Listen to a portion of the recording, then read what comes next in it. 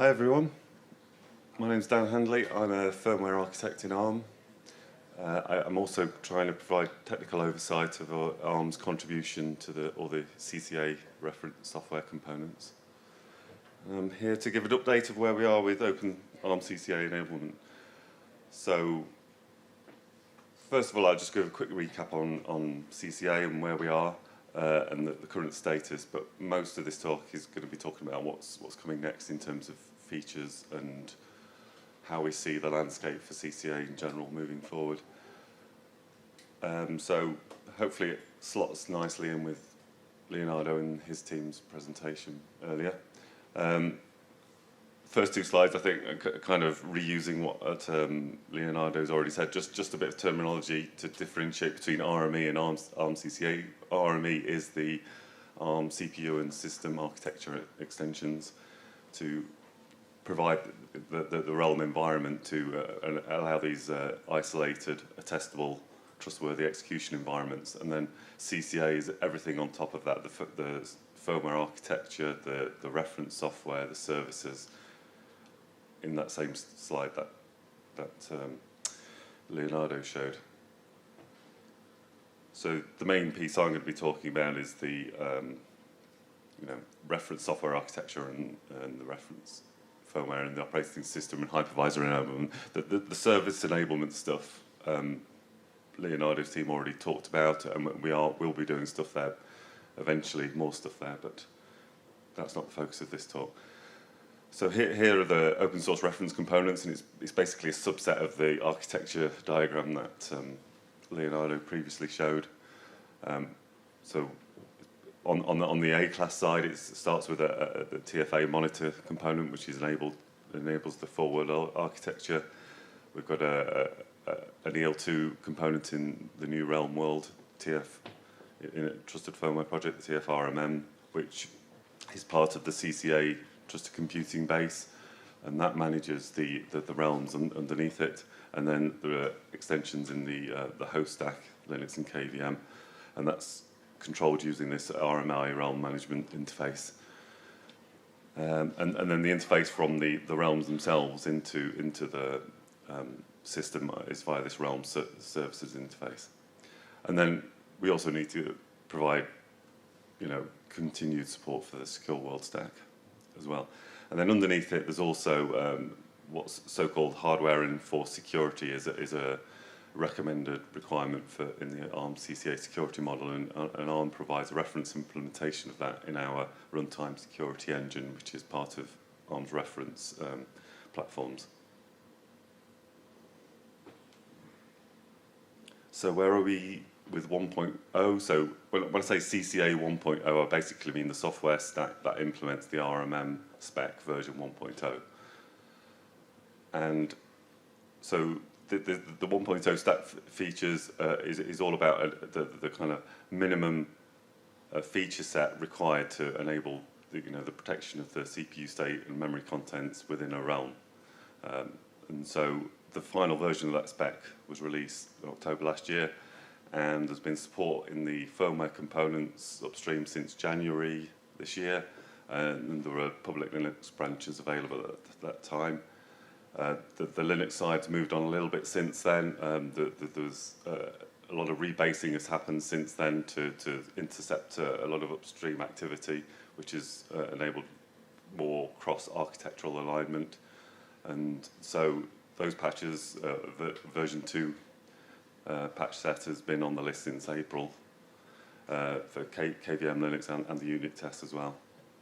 And also in the guest OS firmware, the guest firmware in EDK2 has been on the list at the same time in EDK2. So if you want to get started with this, there's multiple ways to consume this stack. Leonardo's team described one way. And there's another 3 ways you could possibly consume things as well. So depending on what you want to do and how what your goal is. You can use this shrink wrap tool that's Arm developed, which is just a very dedicated, specific tool for downloading a consistent set of components for things. So that's great if you want to for example, just download a set of components that works and then modify one of them and make changes and play around with things. And you're only interested in running on something like the base virtual platform, which provides the fundamental architecture support. If you're interested in something a bit more fully featured in terms of a platform, provides all the system architecture components and specific CPU support, we have these Neoverse v3 infrastructure FVP, which is also freely downloadable on Arm's developer website. There's a links there if you get the slides. And we provide solution releases on top of that for both that FVP and for base FVP. And then another way to consume things is to use Arm's learning paths. I think Paul Howard's probably here somewhere, who has been involved with providing a lot of the content here. And then here it's about accelerating the application development within a realm. So it pulls together those reference software components and puts some additional software in and proof of concept on top within the realm itself to provide, for example, an attestation use cases. And those will just be expanded over time as more and more services are enabled in the system. So moving on to 1.1, so the feedback from our partners is 1.0 is great, but it's not enough to actually make real deployments. There are some features that really they really need for their initial deployments. Our roadmap has been varying over the previous quarters, and this is what we're focusing on now is just what is needed for 1.1. There's an additional backlog of stuff that partners want, but we're really focusing on this 1.11, what is needed for those initial deployments, and then we'll look at the other stuff later. So one of these is they're kind of in broad sections. One of it's some of it's about strengthening the security guarantees for end users. So one feature there is this memory encryption context. It's been in the architecture for a while, but it's not enabled in the RMM specification yet for how you use these unique keys or tweaks to enable encryption and integrity protection on a per realm basis rather than just the entire realm world being protected. I'll come on to some of these features in more detail in a minute. Another one is around multiple signers, so that you can, for any given component, you can have multiple endorsers for that. So, for example, as well as the vendor, you can have some additional trusted auditor to add their signatures to the firmware components, which are then checked during the secure boot chain.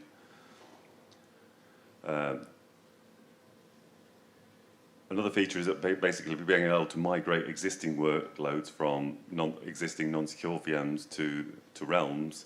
So just basically providing feature parity with existing cloud compute environments. So one of these is Planes, which provides a kind of an orthogonal split of a realm. Orthogonal to the kernel user space split provides additional privilege levels within that realm. I'll come on to that one in a minute as well. Device assignment is a big one. Enable trusted device functions to be admitted into a realm TCB, so you can then have direct memory access. Debugging of the realm from the host, but only in a controlled environment, obviously, because otherwise that breaks the security guarantees, but enable the host to debug within the realm. And that requires some extensions to the realm management interface. And then the platform owners need additional flexibility to update firmware. One of a key use case on infrastructure environments is the uptime, and so they don't want to have to reboot their entire servers when there's a firmware update. So there's this live activation support, which I'll come on to more in a minute too. So going into some of these in a bit more detail. So memory encryption content. In CCA 1.0, within the realm world, the entire realm paths can be encrypted, but with Mech, you can have this additional tweak to now allow each realm's data and the stage 2 translation tables associated with that realm to be encrypted with its own unique key. The other metadata associated with the realm, like the realm descriptors and realm execution context, are still in the RMM's encryption context. And in terms of, although this might be quite difficult to enable in hardware and modelling, the impact on the software is not that great. In the RMM, you just need to enforce that there is uniqueness of that Mech ID. There's no impact on the guest Linux. The host Linux is pretty small. It just needs to have a consistent way to allocate Mech IDs for each realm. The Mech ID, the width of that is implementation defined, can be up to 16 bits or less. So if the hardware implements something quite low, then there may be some interesting ways you have to allocate that Mech ID to make good use of the number of realms that may be spun up in any one time. Okay, if I'm going too fast, then please feel free to interrupt me. There's quite a lot of content here. Sure.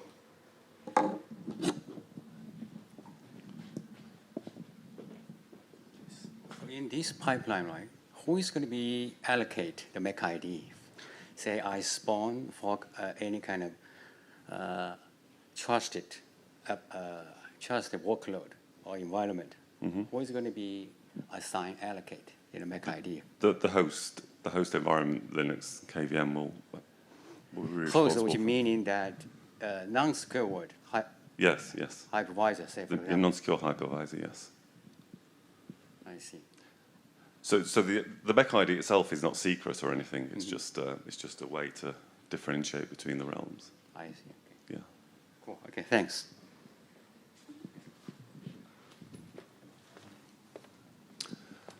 Coming on to planes. So so the requirements here is for the main guest OS and user workload to have another set of software in another privilege level that supports that main OS environment. So the sort of canonical use case here is a virtual TPM with perhaps additional privileges than the main OS, and there needs to be privilege separation between them. But this needs to be a lightweight mechanism. You have the same IPA to PA mappings, but the memory permissions for each IPA may be different between the two. From the host hypervisor point of view, it's just still a single realm, in terms of allocating resources and scheduling. And then within the realm, there's a special plane 0, which assigns resources to the other planes, and then in our design as well, that it's also responsible for entry and exit to the other planes, and you have to mediate access in and out of those planes. Although that's a implementation specific detail. In terms of impact, there's pretty large impact on the RMM itself. It's got to validate these new RMI commands for the realm translation tables and implement that plane entry and exit in a safe way. From the host Linux side, it's kind of medium impact. It's got to use these new RMIs to program these new realm translation tables per plane. But it's not a huge impact, and there's no impact on the VMM, we don't think. On the guest plane N impact, so the sort of main OS stack, that should be pretty small, because actually it just should be using just a subset of the RSI to run. But we also need to support systems without planes as well. So the guest needs to be able to detect whether it's running in a plane environment or not, and whether to use that full RSI command suite or not. On the more difficult side is on the plane 0 stack. What that looks like, we need some kind of paravisor which virtualizes the RSI commands coming from the other planes, and then sends the RSI commands onto the RMM. And what does that look like? We're prototyping with KVM, but KVM is a pretty heavyweight solution for this. It provides a lot more features than is necessary here, and also the back-end space in KVM is pretty crowded already. So we don't think that's probably a deployable solution. We're looking at other solutions that are out there, but currently it's kind of out of scope of what we provide in the stack. But we hope to improve that story once we've got a target solution. have I covered everything on here? Oh, just there is some architecture features to help facilitate this feature called Stage 2 Position Overlay Extension and Stage 2 Position in Direction extensions, and that enables you to have just a single set of translation tables with overlays on top of them. But we need to support stacks that hardware that has that architecture features and doesn't have that architecture feature. And if you don't have it, then you need a different set of translation tables per plane. So it's a bit more heavyweight. Moving on to device assignment. So this is probably the biggest feature in 1.1. It can mean many things, but the main or primary use case we're trying to enable is to assign PCI TDISP devices to a realm, TDISP being a trusted device security interface protocol. And this is a standard PCI protocol, but it's still quite new. And if you've got a device that conforms to this, then there's a sort of standardized device lifecycle where the host can program a configuration and request that configuration to be locked, and that's a trigger for the realm to attest that configuration and the platform it's running on. And when it's happy, the realm you can go into this run state where DMA access is allowed, and the RMM enforces that, and other TCB components enforce that lifecycle state. And so, and then finally, the last thing, and if there is any, if anyone detects any error here, then it throws an error and it can revoke that DMA access. And if there's an error or you're finished using the device, then it has to scrub all the state. And it's important that all this is standards based, so you don't have kind of device-specific stuff in the RMM. This is the foundation thing, but there's also a requirement to support coherently attached devices like CXL devices and on-chip PCI devices. That's going to be even harder, especially this is more than any other architecture implements as well. But certainly our partners are interested in this too. But it's probably going to be a longer story to get this working. We have to get this foundation TDISP support working first. So in terms of impacts, as I said, we're going to enable this TDISP flow first and then expand use cases from there. But the impact is on all components is very large, we think. So on the firmware side, we need to implement the new device assignment ABIs and integrate the standard reference libraries, PCI standard reference libraries to enforce this device lifecycle. We need a stage 2 driver for SMMU driver, and then we need to emulate stage 1 access and do all the PCI root port programming. So there's quite a lot to do here. We started work on this already. On the guest side, you need to have the generic PCI driver for these trusted devices, and it needs to work whether it's running in a confidential compute environment or not. So that's it's important to say this is a feature that's not just for confidential compute. This is for standard virtual, cloud virtual environments on Arm. And there's a community drive here to sort of drive front-end standardization across the architectures. And there's a new kernel SIG within the confidential compute consortium being led by the PCI device maintainer, and Arm's part of that SIG. And so then you'll have an Arm architecture-specific backend to drive, call into those CCA commands to drive that lifecycle. On the host side, that's again we think pretty large. We've got to enlighten the host to use these new RMIs for the device lifecycle. There needs to be a user space ABI which is consistent across architectures, and also a small SMMU stub to handle interrupt management for the RMM's SMMU driver.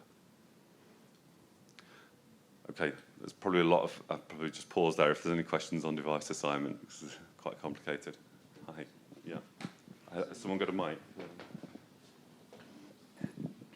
So this device assignment is when we build a trust, right? Try to include a device as part of a TCB. Mm-hmm. This is something done one shot. We assign it to part of TCB.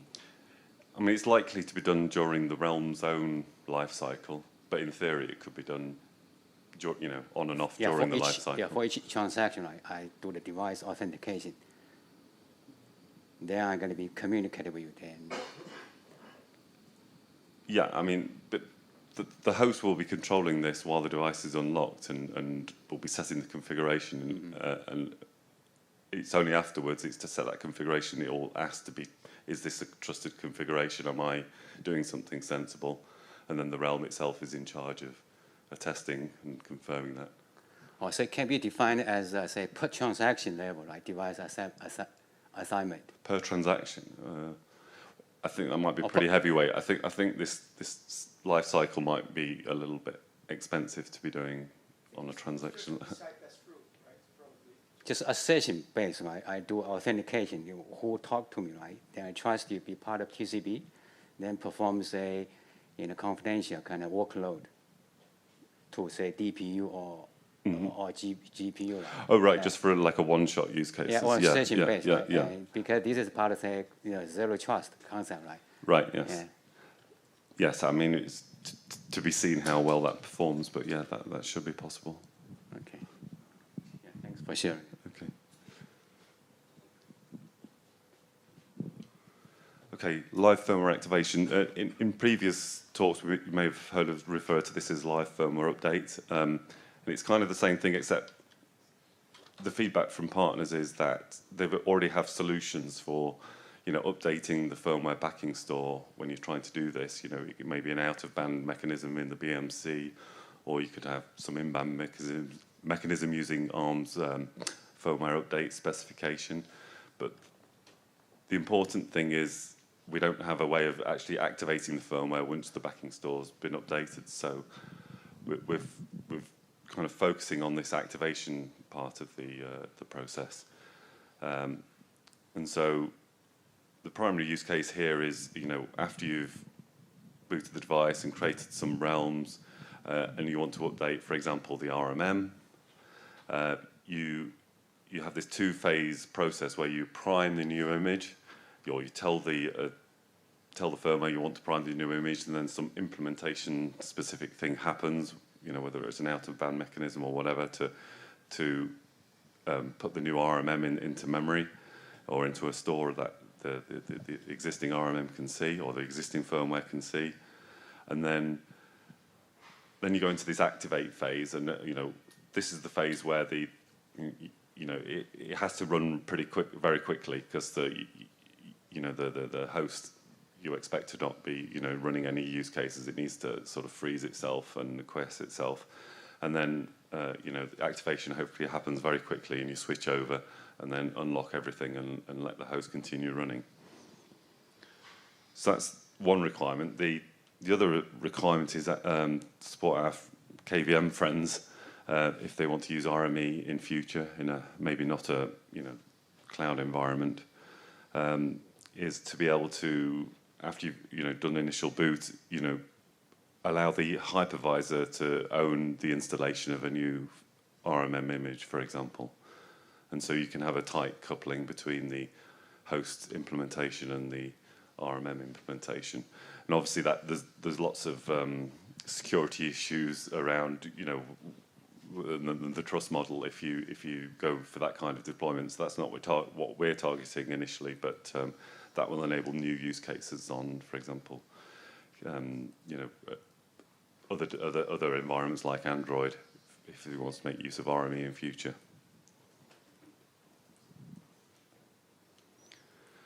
So in terms of impact, on the firmware, it's medium large. It's we need to create a new staging area for this new firmware.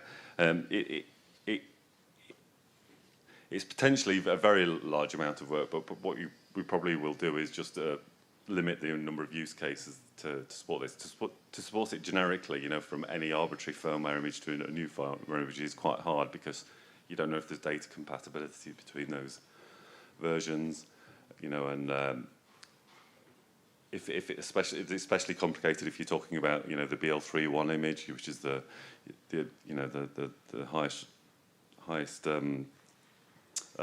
security piece on the A-class processor. So there's additional complications there, and so you might need to actually do a CPU reset as part of this process, so it can get quite complicated. So probably what we'll do is enable some use cases initially and then expand use cases over time. The other thing that needs to happen as well is to, it affects the attestation story, so you need to authenticate, as well as authenticating the new firmware, you need to update a firmware measurement log and allow, as well, Realms to, as well as getting the platform attestation report, get this firmware measurement log and be able to check that all the updates that have happened live in the system are still trusted. Hopefully no impact on the guest Linux. Host Linux, medium impact. It depends on the design, but we've got an embryonic design, and we think we've been talking to the Linux maintainers, and we think we've got a way forward here to keep this relatively low impact on the host to make it acceptable to them. Try to leverage some of the existing PCI concepts. Sorry, getting my acronyms mixed up. And so hopefully that will be acceptable and not too much work. Last slide. I don't know how I'm doing for time. Hopefully can take some questions in a minute. But basically where we see this going is, the rest of this year is continued upstreaming of the 1.0 support. We especially want to get the guest Linux support upstream. So because there's going to be, a long timeline there, especially to get it into distros as well, and for early deployments. There's monthly releases of the 1.1 spec. There's already alphas out there now with device assignment and plane support, but that's undergoing quite rapid change at the moment. And we expect each of these features, depending on complexity, to reach beta through the year.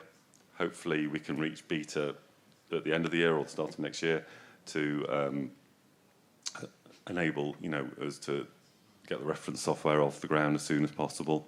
And we'll expect, we're already started doing some prototyping on these 1.1 features, but we expect as we reach beta, we can push that a bit more, have a bit more confidence in what we push publicly and collaborate a bit more, for example, with Leonardo's team.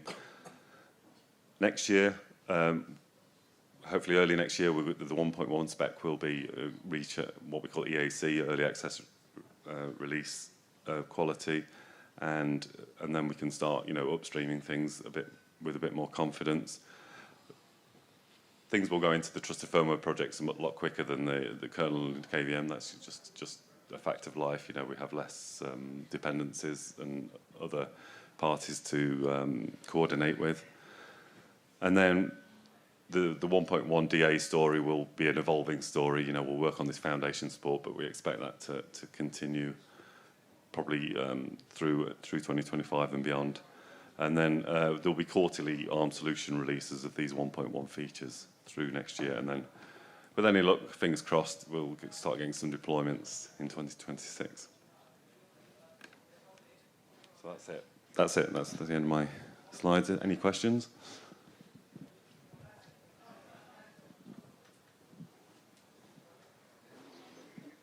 No? Okay. Thank you. Thank you.